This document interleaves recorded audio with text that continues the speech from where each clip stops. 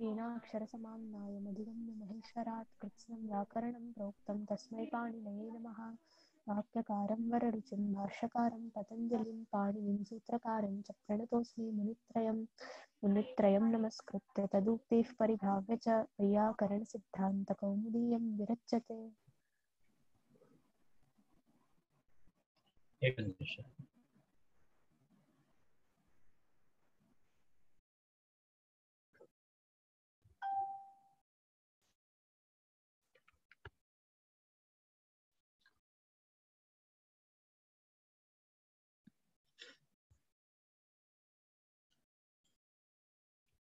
शताच्च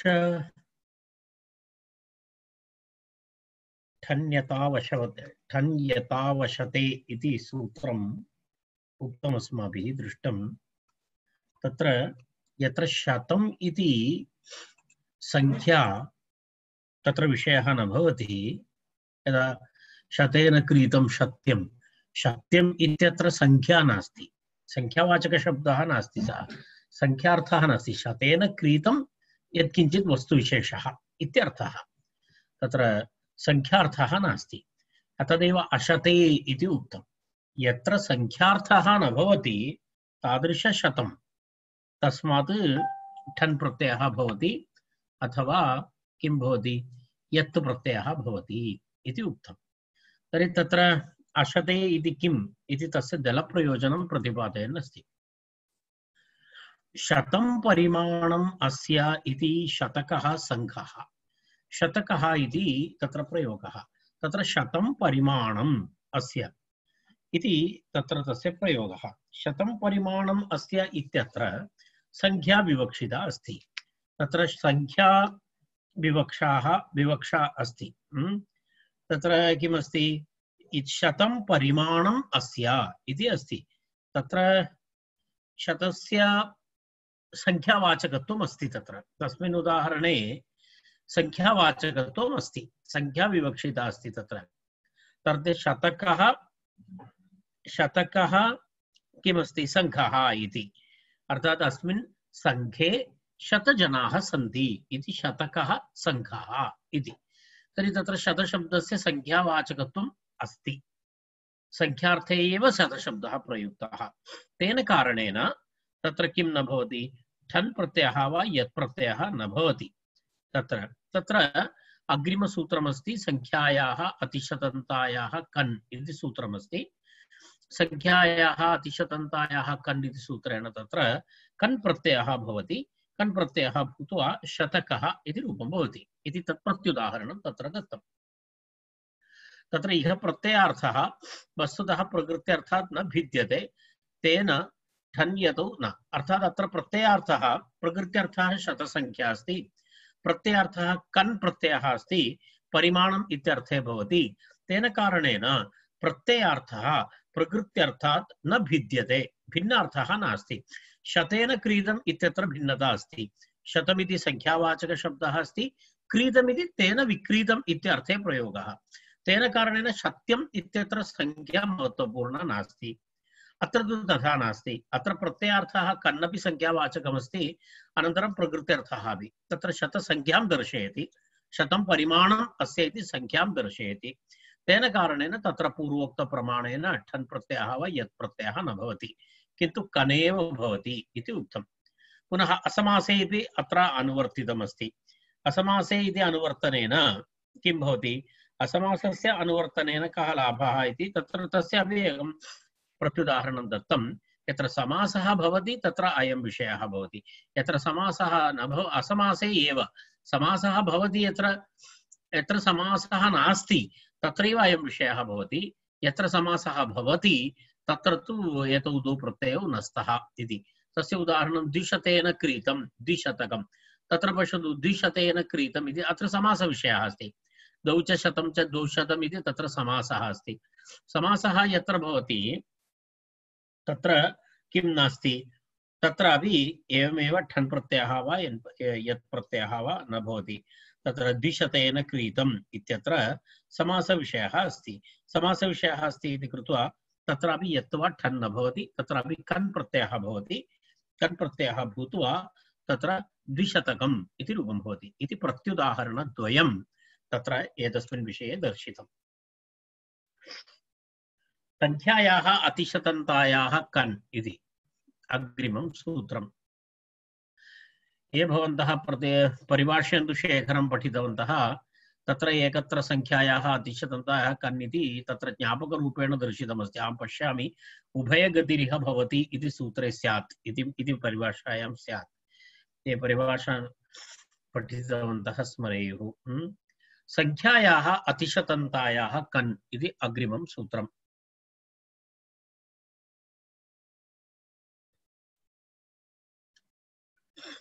तत्र किमस्ति इति पश्यामः। संख्यायाः कन् स्यात् आर्हीये अर्थे न तु त्यन्तशतन्तायाः। संख्यायां ति अन्ते यस्य भवति यदा 20 इत्यादि। शतन्तायाः इत्युक्ते शत् अन्ते भवति यत् तद् इत्युक्ते 40, 50, 30 इत्यादि। तर्हि ति यस्य अन्ते भवति अनन्तरं पुनः शत् यस्य अन्ते भवति तान् संख्यावाचकान् शब्दान् त्यक्त्वा तिश्च शच्च तिशतौ इति अस्ति। तिश्च शच्च तिशतौ तिशतौ अन्तौ यस्याः सा तिशतन्ता इति अस्ति।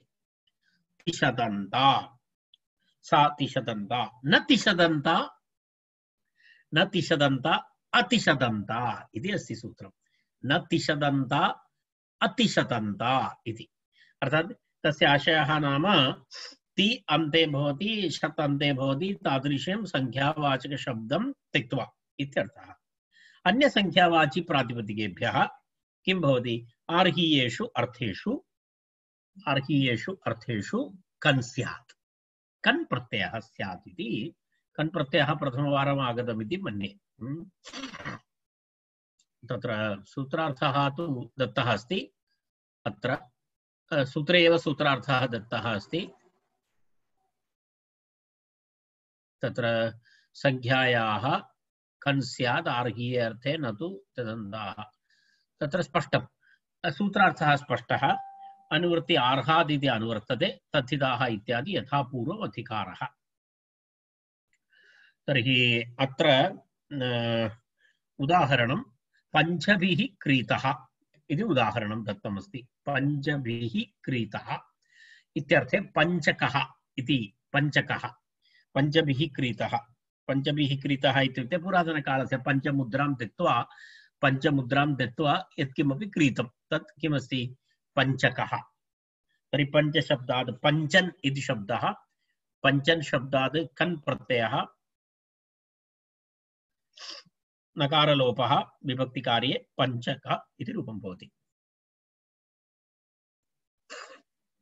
बहुकः इति अग्रिमं रूपं। बहुकः, बहु अपि संख्यावाचकमस्ति। बहु इति संख्यार्थेपि प्रयुज्यते। बहुभिः क्रीतः, तत्र किमस्ति? बहुभिः संख्यार्थे नास्ति। बहु तत्र किमस्ति विशेषं नाम तत्रैव उभयगतिरिह भवति इति वदति। पश्यतु, शास्त्रेषु एतादृशशब्दाः यदा संख्या इत्यादि शब्दाः पारिभाषिकरूपेणैव प्रयुज्यते वा अथवा व्यावहारिकलौकिकशब्दानामपि प्रयोगः सूत्रे अस्ति वा इति प्रश्नः। यदा उदाहरणाय एष एव विषयः। संख्या इति लौकिकव्यवहारेपि संख्या अस्ति, संख्या इति एका संज्ञा अपि अस्ति, पारिभाषिकी संज्ञा अपि अस्ति, बहुगणवतुगति संख्या इति। तर्हि अस्मिन् सूत्रे कस्याः विवक्षा अस्ति? पारिभाषिकसंख्या विवक्षा अस्ति वा अथवा लौकिक व्यावहारिकी संख्या विवक्षिता अस्ति वा इति प्रश्नः एषः। अर्थात् व्यावहारिकी विवक्षा अस्ति वा पारिभाषिकी विवक्षा अस्ति वा इति। तर्हि आचार्यः परिभाषयन्तु शेखरे स्पष्टम् उक्तवान् उभयगतिरिह भवति इति। इह इत्युक्ते अस्मिन् शास्त्रे व्याकरणशास्त्रे उभयगतिः भवति इति। उभयगति इत्युक्ते व्यावहारिक शब्दानामपि तत्र प्रयोगः भवति सूत्रेषु, अनन्तरं पारिभाषिक शब्दानामपि प्रयोगः सूत्रेषु भवति इति। तेन कारणेन अत्र उभयदापि भवति, उभयदापि भवति। इदानीं संख्या इत्युक्ते अस्मिन् सूत्रे लौकिकी संख्या अपि भवति, पारिभाषिकी संख्या अपि भवति। एतत् तेन कारणेन बहु इति शब्दः संख्यासंज्ञकः। बहुगणवतुडति संख्या इति संख्यासंज्ञकः अस्ति बहु इति शब्दः। तेन संख्यासंज्ञा अस्ति इति कृत्वा बहुशब्दादपि कन् प्रत्ययः भवति, बहुक इति रूपं भवति। तर्हि पूर्वोक्तं व्यावहारिकी संख्या, लौकिकी संख्या, बहु इति पारिभाषिकी संख्या, बहु इति पारिभाषिकी संख्या। तस्य अनेन सूत्रेण संख्या संज्ञा भवति, बहुगण वतुडति संख्या इति संख्या संज्ञा भवति। तेन कारणेन तत्र प्रमाणं नाम उभयगतिरिह भवति इति प्रमाणं। तत्र त्यन्तायास्तु साप्ततिकः इति उदाहरणं, यत्र प्रत्युदाहरणं दर्शयति, प्रत्युदाहरणे तु कथं भवति, तत्र साप्ततिकः इति सप्तत्या क्रीतः, 70 रूप्यकाणि दत्वा यत्किमपि क्रीतं तदा सप्तत्या क्रीतः 70 शब्दः, 70 शब्दः रूपे भेदः न भवति। पश्यतु, ठञ् प्रत्ययः भवति, तत्र कन् प्रत्ययः न भवति, ठञ् प्रत्ययः भवति। ठञ् प्रत्ययः भवति यदि क आदेशः भवति, परन्तु तत्र एकवैशिष्ट्यं नाम भेदः भवति, कारणम् अत्र आदिवृद्धिः भवति, पूर्वतन उक्तेषु आदिवृद्धिः न भवति इति। तत्र कन् अस्ति, अत्र ञ अस्ति। तर्हि साप्ततिकः इति रूपं भवति। साप्ततिक इक आदेशः भवति, ठञ् इत्यस्य इक, सप्तति इक, यस्य इति चेत् इकारलोपः, सप्तत् इक आदिवृद्धि साप्ततिक प्रत्युदाहरणमस्ति एतत्। शतन्तायाः इत्यस्य प्रत्युदाहरणमस्ति, तस्य प्रत्युदाहरणमस्ति चात्वारिंशत्कः, चात्वारिंशत्कः इति। चत्वारिंशत् इति चत्वारिंशता क्रीतः, चत्वारिंशता क्रीतः इति। चत्वारिंशता क्रीतः इत्यर्थे 40 शब्दात् ठञ् प्रत्ययः इक, 40 इति शब्दः तेन क्रीतमिति ठञ् प्रत्ययः, 40 इसुसुत्कान्तात् कः इति सूत्रेण तत्र कप् प्रत्ययः क भवति, क आदेशः भवति ठ इत्यस्य स्थाने। तर्हि किं भवति, आदिवृद्धिः भवति। तर्हि 40 क, 40 क।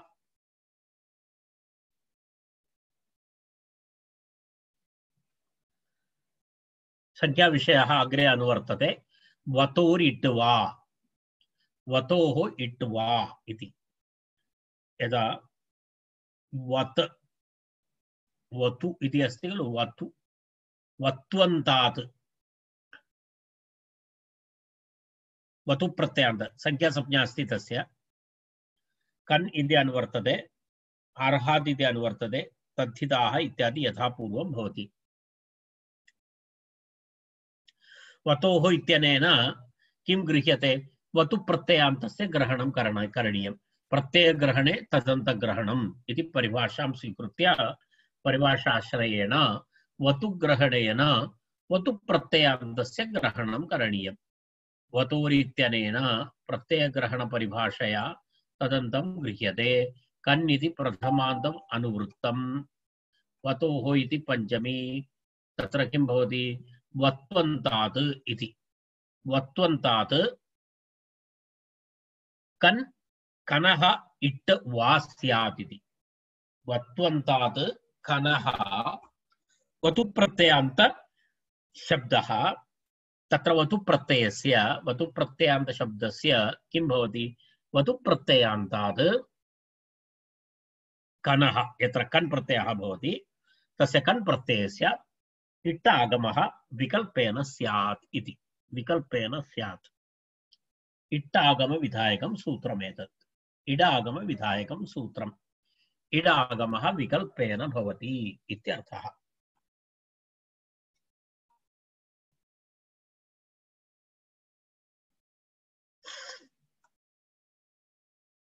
इडागम विधायकं सूत्रम्। कस्य इडागमः भवति? कन् प्रत्ययस्य इडागमः भवति। कस्मात् परस्य कन् प्रत्ययस्य इडागमः भवति? वतु प्रत्ययान्तात् परस्य कनः इडागमः स्यात् इत्यर्थः। वतु प्रत्ययान्तात् परस्य इटः परस्य कनः इटागमः स्यात्। वयं पश्यामः, सूत्रार्थः स्पष्टः अस्ति, तेन कारणेन अग्रे गच्छामः। उदाहरणमस्ति, वतु प्रत्ययान्त शब्दस्य एकम् उदाहरणं भवति। तत्र तावत् इति शब्दः। तावत् इति शब्दः। तावत् तद् इति शब्दात् वतुप् प्रत्ययः आगत्य यत्तदेभ्यः परिमाणे वतुप् इति सूत्रमस्ति। यत्तदेभ्यः परिमाणे वतुप् इति सूत्रमस्ति। तेन सूत्रेण वतुप् प्रत्ययः भूत्वा तद् वत् इति स्थिते आसर्वनाम्नः इति सूत्रेण तद् इत्यस्य ता इति भवति। एवं तावत् इति रूपं भवति। हलन्तप्रकरणे आगतमेतत् सर्वमिति मन्ये। तस्य बहुगुणवतुडति संख्या इति सूत्रेण संख्या संज्ञा अस्ति। तावत् इति शब्दस्य वतु अस्ति खलु, वतु प्रत्ययान्त बहुगण वतु वतुडति संख्या इति वतु वतु प्रत्ययान्त शब्दानां संख्या संज्ञा अस्ति। संख्या संज्ञा अस्ति इति कृत्वा तत्र किं भवति? तावत् शब्दात् संख्यायाः अतिशतन्तायाः कन् इति सूत्रेण कन् प्रत्ययः भवति। तर्हि तावत् कन्। इदानीं पश्यतु, वतु प्रत्ययान्तः अस्ति, तस्मात् परः कन् प्रत्ययः। तर्हि तस्य कन् प्रत्ययस्य इडागमः भवति। इडागमः भवति चेत् आद्यन्तौ टगितौ। तर्हि तावत् इ क। तावत् इ क। तावत् ईक इति भवति। तावतिक इति रूपं भवति। तावतिक इति रूपं भवति। पूर्णप्रक्रिया अत्र बालमनोरमायां दत्तमस्ति। तावता क्रीत तावतिकः इत्यर्थे तत्र यत्ततेभ्यः इति वतुप् बहुगुणवतुडति संख्यायाम् इति तत्र संख्यासंज्ञा। संख्यायाः अतिशतन्तायाः कन् इति कन् प्रत्ययः।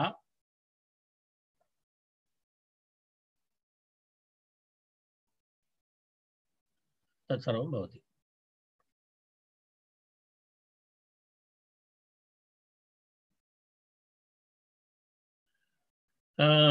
तत्र किमुक्तं पुनः? वतोरिट्वा इति तावतिकः इति रूपम् अभवत्। अस्तु, तर्हि पुनः अग्रिमं सूत्रमस्ति। अग्रिमं तावतिकः इट् वा स्यात् इति उक्तं। तत् स्पष्टम्। इट् वा स्यात्, इट् वैकल्पिक इट् अस्ति। अन्यथा तु तावत् प्लस् का तावत् का इति, तत्र किमपि नास्ति। अन्यथा यदि इडागमः नास्ति चेत् तावत् कन्, कन्नकारस्य लोपः, तावत् क तावत् क इति रूपं भवति।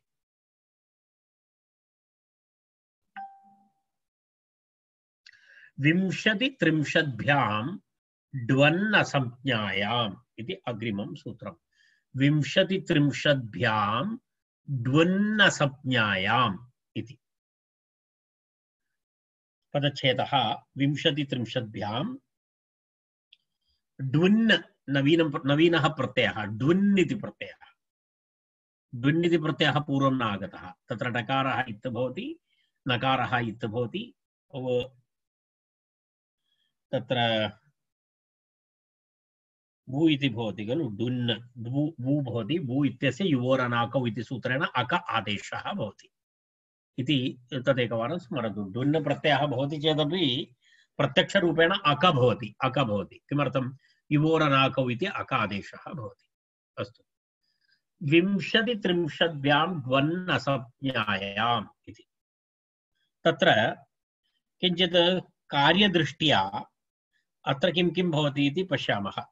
अत्र आचार्यः एतस्य सूत्रस्य योगविभागः आचार्येण क्रियते किञ्चित् विशिष्टलाभाय सूत्रद्वयम् इति चिन्तनीयम् एतत् योगविभागः कर्तव्यः इति उक्तम् योगविभागः क्रियते चेत् कथं भवति तत्र सूत्रद्वयं करणीयं 20-30भ्याम् इति एकं सूत्रं ड्वन् असंज्ञायाम् इति अपरं सूत्रम् इति योगविभागः करणीयः आभ्यां कन् स्यात् इति भवति उभयोरपि सूत्रयोः उभयोरपि आभ्याम् इति तत्र प्रथममस्ति किं 20-30भ्याम् इति तत्र प्रथमभागे संख्यायाः अतिशतन्तायाः कन् इति सूत्रात् कन् इति अनुवर्तते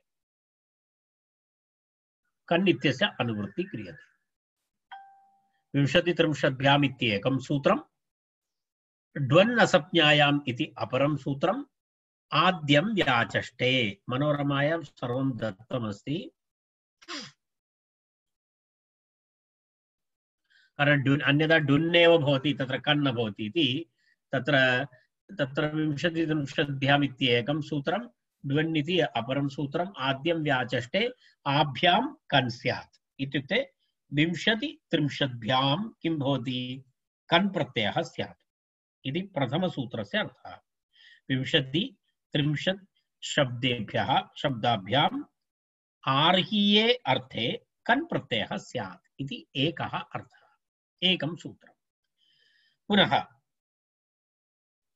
अपरं तु किमस्ति द्वितीयं सूत्रं व्याचष्टे तस्य किमस्ति असंज्ञायां ड्वन् अर्थात् संज्ञा भिन्ने यत्र संज्ञा न भवति चेत् तत्र एताभ्यां शब्दाभ्यां कन् इत्यस्य अपवादरूपेण ड्वन् प्रत्ययः भवति इति द्वितीयं सूत्रम् किमस्ति असंज्ञायां तत्र किं किम् अनुवर्तते 20-30भ्याम् इति अनुवर्तते तत्र तेन किं भवति यत्र संज्ञा नास्ति असंज्ञायां किं भवति 20-30भ्याम् 20 अनन्तरं 30 इति शब्देभ्यः कः प्रत्ययः भवति ड्वन् प्रत्ययः भवति इति द्वितीयस्य सूत्रस्य अर्थः एवम् एतस्य योगविभागं कृत्वा सूत्रद्वयं करणीयं प्रथमं तु 20 अनन्तरं 30 इत्यशब्देभ्यः आर्हीयेषु अर्थेषु कन् स्यात् इति एकस्य सूत्रस्य अर्थः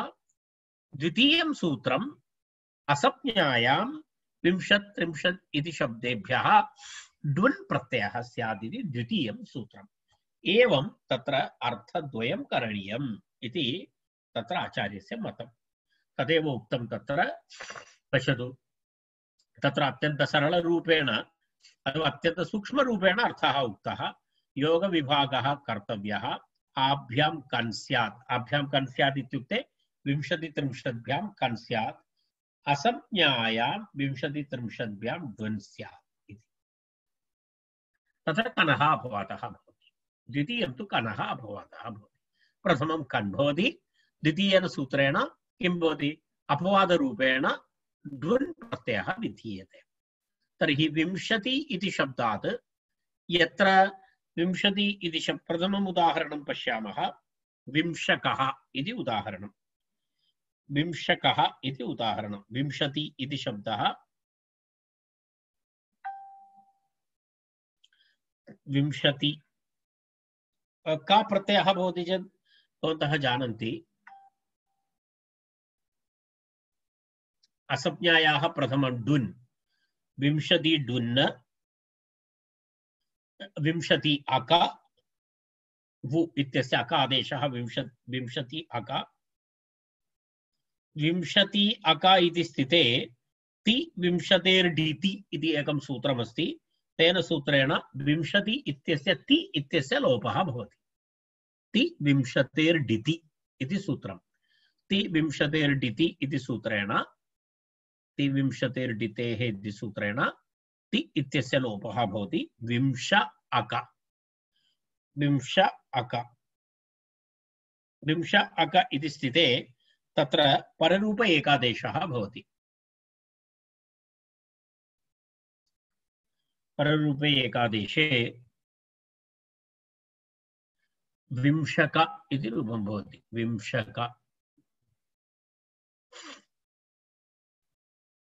विंशत्या क्रीत इत्यर्थः टिलोपः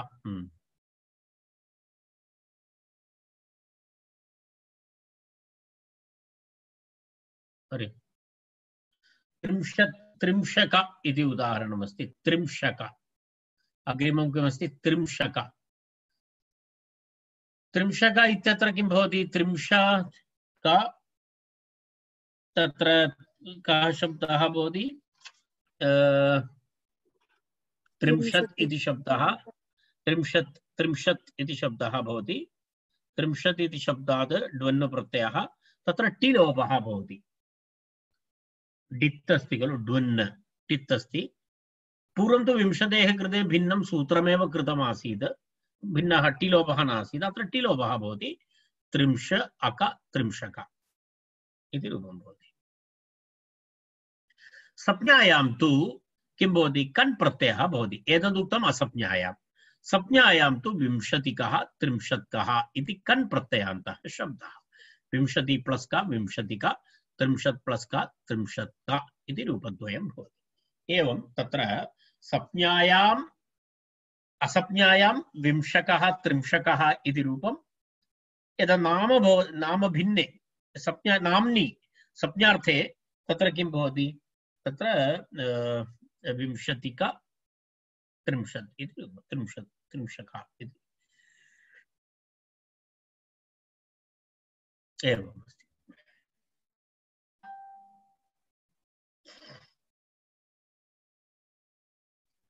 कंसात् अग्रिमं सूत्रं कंसात् टिठन् इति प्रत्ययः अस्ति टिठन् इति प्रत्ययः नवीनः प्रत्ययः इति मन्ये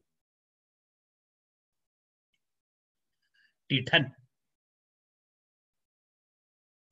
टि इति एतदर्थमस्ति तत्र ङीपु प्रत्ययनिमित्तमस्ति टिट्ठाणञ् इति निमित्तं तत्र टि अस्ति ठन् इति प्रत्ययः टि तदर्थं दत्तं तत्र टि टिट्ठाणञ् इति तत्र ङीपु प्रत्ययसिद्धिनिमित्तं तत्र तत्कृतमस्ति तत्र पुनः आर्हादिति अनुवर्तते तद्धिताः इत्यादिकं यथा पूर्वं भवति ट टित् इकारः उच्चारणार्थः तत्र किं भवति तदेव उक्तं टि लोप ङीपर्थः इकारः उच्चारणार्थः कंसिकः कंसिकी इति रूपं भवति द्वयं भवति कंसिकः कंसिकी इति रूपद्वयम्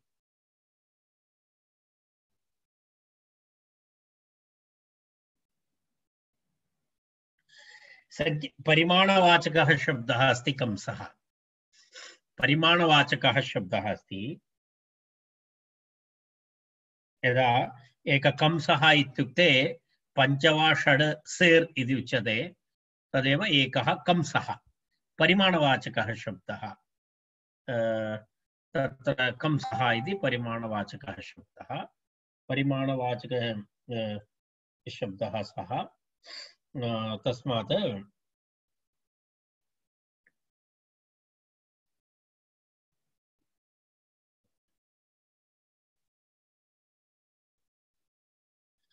तद् भवन्तः अनन्तरं पश्यन्तु परिमाणवाचकशब्दान् तत्र के सन्ति इति ह्यः स्वादी किमपि प्रेषितवती आसीत् भवती गणे अपि योजयितुं शक्नोति एकं परिमाणवाचकानाम् अस्तु तत्र कंसशब्दः कंसेन क्रीतम् इत्यर्थे कंसशब्दात् किं भवति कंसशब्दात् टिठन् इति प्रत्ययः भवति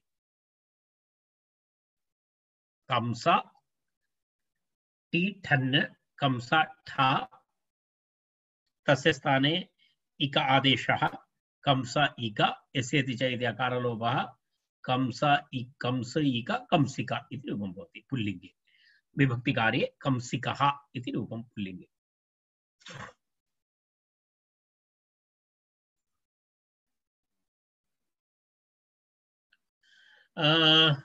स्त्रीलिङ्गे तु कंसिकी इति रूपमस्ति तत्र ङीपु प्रत्ययः भवति प्रथम एकवचने कंसिकी इति रूपं भवति अर्धशब्दादपि ठिठन् प्रत्ययः भवति इति वार्तिकं अर्धात् च इति वक्तव्यम्, अर्धात् चेति वक्तव्यम् इति वार्तिकम्, अर्धात् चेति वक्तव्यम् इति वार्तिकम्।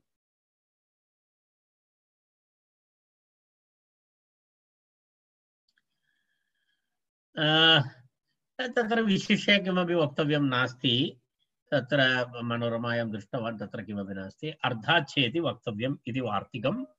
तत्र अर्धात् अपि किं तर्हि अर्धशब्दः, अर्धशब्दात् किं भवति, आर्थिकः इति रूपं भवति।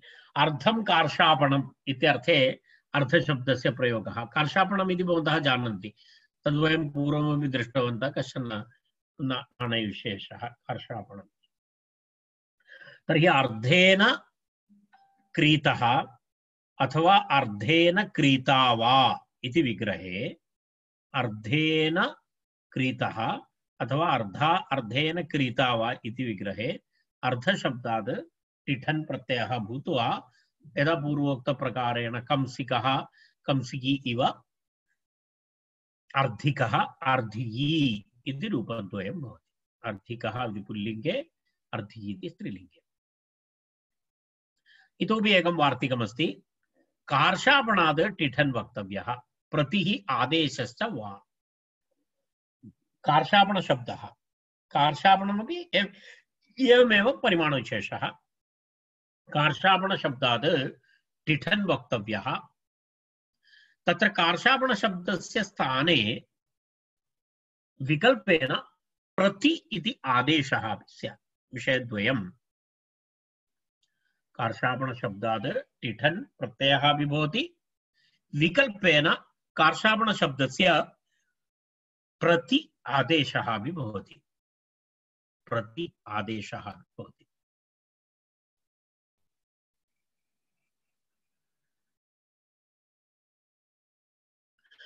किमपि नास्ति, तत्र किं भवति, टिठन् प्रत्ययः भवति चेत् कार्षापणिकः इति पुल्लिङ्गे, कार्षापणशब्दात् ठ इक यथा पूर्वं कार्षापणिकः, स्त्रीलिङ्गे तु टिट्ठाणञ् कार्षापणिकी इति भवति।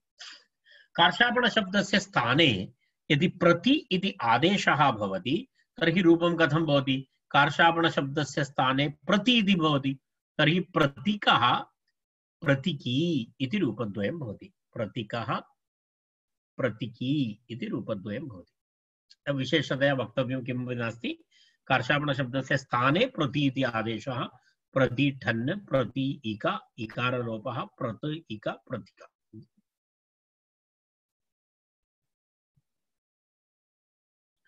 शूर्पादन्यतरस्याम् इति अग्रिमं सूत्रम्। शूर्पादन्यतरस्याम् इति अग्रिमं सूत्रम्।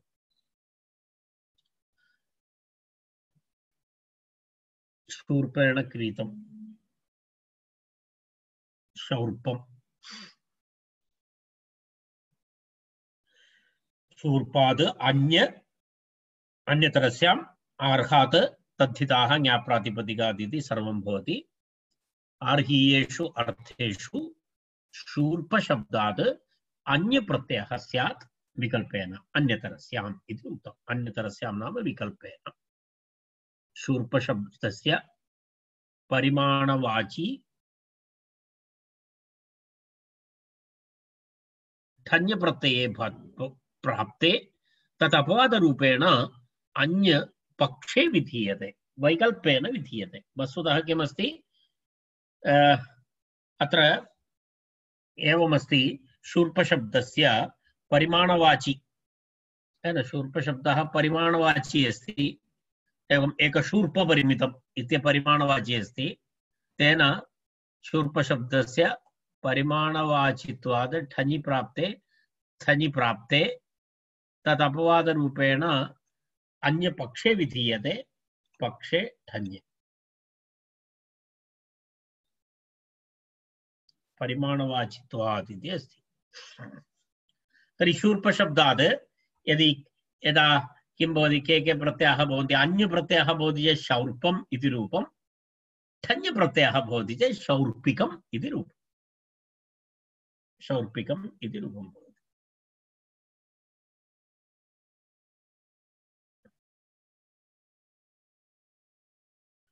शूर्प शब्द शूर्प अन्य शूर्प आ आदिवृद्धि शौर्प आ यस्येति चेति आकार लोपः शौर्पम ठन् प्रत्ययः भवति शौर्पिकम् नपुंसकलिङ्गम् शतमान विंशतिक सहस्र वसनाद् अण् इति अग्रिमं सूत्रम् शतमान विंशतिक सहस्र वसनाद् अण् शतमान विंशतिक सहस्र वसन एतेभ्यः शब्देभ्यः अर्हादिषु अर्थेषु कः प्रत्ययः भवति अण् प्रत्ययः